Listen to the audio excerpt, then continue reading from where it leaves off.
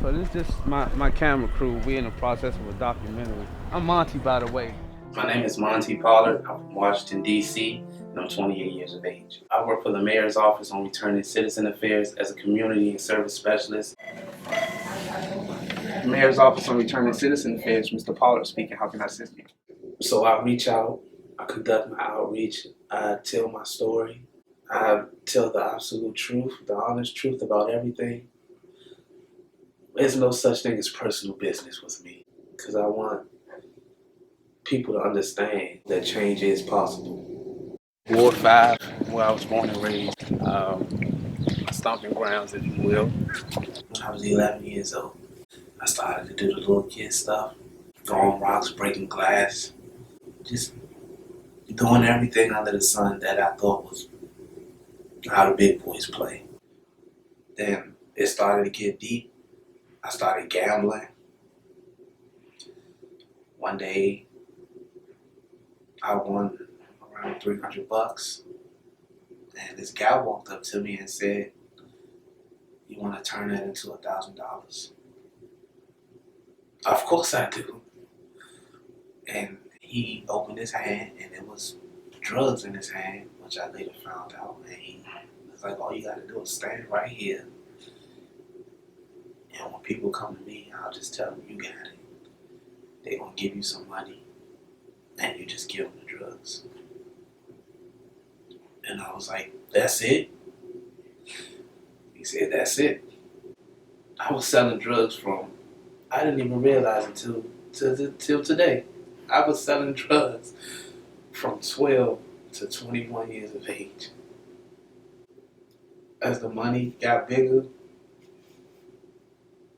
I started buying guns. An assault rifle, to be exact. And I got locked up for an assault rifle. So my charge was distribution of cocaine while armed. And I was sentenced to 6 years. And it's true that prison is the next step to death. The guards were evil. There was a lot of racism going on. I don't know how many times I've been called a nigga just to try to get me to do something so they can send me back in solitary confinement.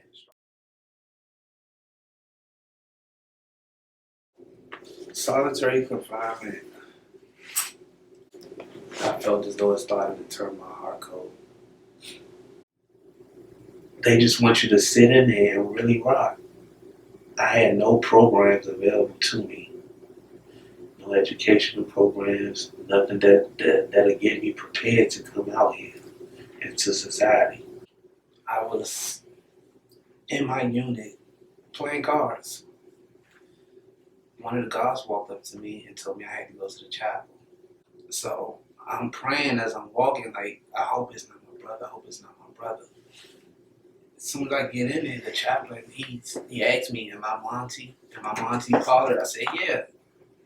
Your mother died. Just like that. Now, I couldn't process that because I just spoken with my mother a week before that. Like a week before that on her birthday. Some guy that she was dealing with, he killed her. They stated that he was intoxicated off a drug called PCP. And he beat her to death. And the only thing that's going through my head was she wasn't feeling loved at the time. Because this is her significant other killing her, you know? And I'm incarcerated, and it's just, who was loving my mother? Why is this happening to her? So, excuse me. Bad. Like this can really happen to you.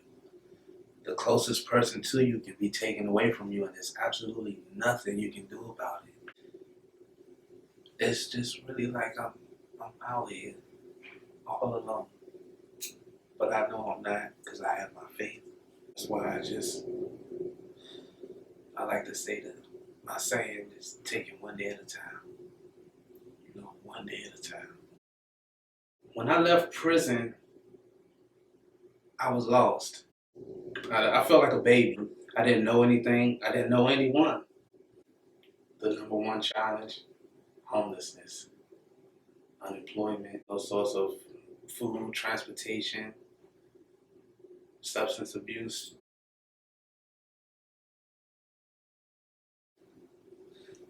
I'm a child. I'm still a child. My mindset was set like a child. We just need that, and I say we as returning citizens, we need that mentorship, that guidance. My goals varies, but the ultimate goal is just to be in a position where I'm able to help others. I don't want anyone to go through what I've been through. I want to start from the root of it. So, and I know that I'm the solution to that problem because of what I went through. Like, this is me, and look at me now. I work for the mayor's office. Like, I'm up here in the ranks already. Really, what I want to dedicate my life to. I'm experienced in it, and I understand this is my passion, and I feel as though this is my purpose. You know, and I know just one day I will make change. Try to empower them with my story and let them know that change is possible. I'm living proof.